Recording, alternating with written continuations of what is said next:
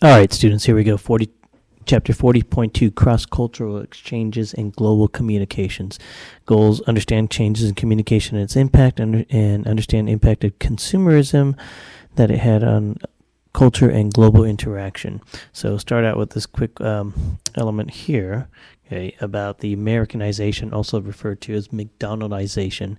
McDonald's, billions of hamburgers sold throughout the world. McDonald's even in Russia. McDonald's even in India, a place that doesn't really eat meat, yet they have McDonald's. Go figure.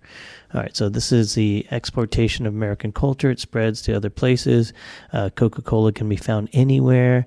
The cans are all the same except for the writing. Okay, it's in Coca-Cola in all sorts of different languages. This is Americanization, the fact that we can see American culture spread throughout the world. It also shows up in other things, for example, in music. Okay, the book mentions that you could hear, I forget, Eminem and other places, not the candy, but the rapper dude. I guess he's a singer. I'm not sure what he is. Anyways, you can hear that in San Francisco, in Saigon, in China, in all parts of the world, because it's an American thing that's spread throughout the place. Cultural spread. But it also works in the reverse in some instances, in many instances. So there's the idea of culture from other places moving into into America as well. So your book, I think, is trying to present that the exchange is kind of fair, but I see it very more one-sided. American culture spreads to other places and not so much coming into America. It comes in, but not to the extent that other places do. Also, internal transformation, Latino culture in America, with more and more immigrants coming in to America, they start to bring to them their culture with them, and so other things that never existed before. I could tell you growing up that sushi was a very exotic thing that in our life growing up, and today it's common. It's very common. Thai food and that stuff like that, very, very exotic, rare restaurant that you would see that. Now it's commonplace.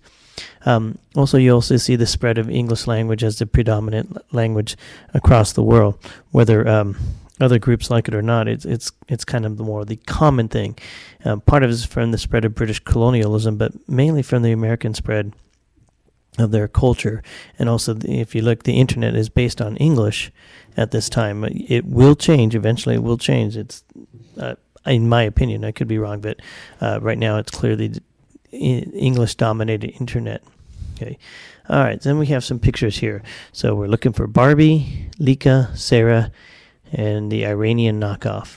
So if you take a look, you can see the pictures here. The one in the bottom right corner, that is Lika. You can say that because it has a sign that says Lika, but notice what's referred to as the doe eyes. The one in the bottom center, that is our Iranian Barbie. Okay, and up in the top left is another Iranian Barbie, and then the one to the right is Sarah. That would be the Iranian copy of the Barbie, so the brunette and stuff like that. Okay, so this is kind of the cultural representation of American spread, where Barbie would be very hot, very not possible. Supposedly the dimensions is she'd be 6'5" and have a bust size of something like 48. It's a bit absurd. Anyways, this idea spreads in the culture that kids pick up, and this is the expectation, and the book even says, that Barbie would sell much better than the Lika would sell. Well, hey, that's Americanization. It creates a culture. It also kind of offends some people because what they've grown up with, what they expect, and what they see in their culture and what they value is very different. And so when this doll is presented to other people, they see it sometimes as offensive. And then here in the West, we would go, oh, they're so silly, they're making fun of a doll. But, it's the same thing as if they were to come over and say, hey, you must live this new lifestyle. So these things are, to us, they're commonplace. To other people, they see them as kind of an affront to their lifestyle. The last element in 40.2 is the age of access. And you guys know this better than anyone. The near instant communication, the fact that for many people, they have access to some sort of smartphone or some sort of computer device in which they could get immediate attention or immediate contact with other people, not just in next door or whatever, but throughout the world.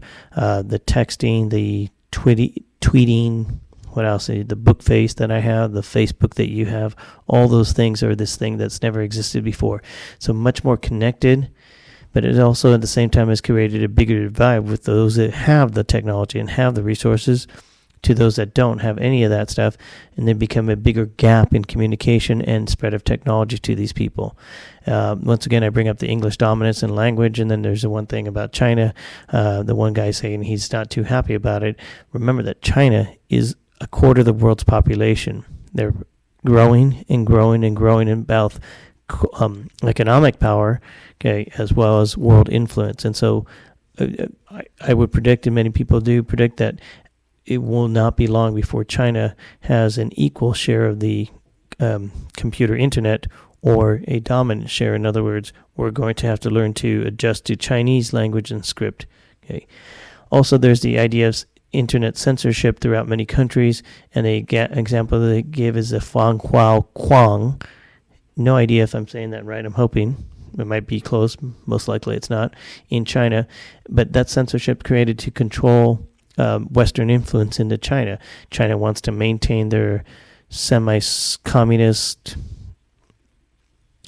organization, idea, structure. It's not. It's definitely a mixed economy, but they want to curb any freedom ideas or ideas of complete personal freedom and stuff like that. So they set up this firewall, what they call the Wangang, to filter certain things. And even Google has bowed down to this thing, where Google said, no, we're going to allow anything in. Well, China said, if you want to do business in China, you will let us control some of the internet content. And so they're able to shut down sites and do the stuff, and they spend a lot of time and money and effort to make this happen. All right, that's it for 40.2, I think.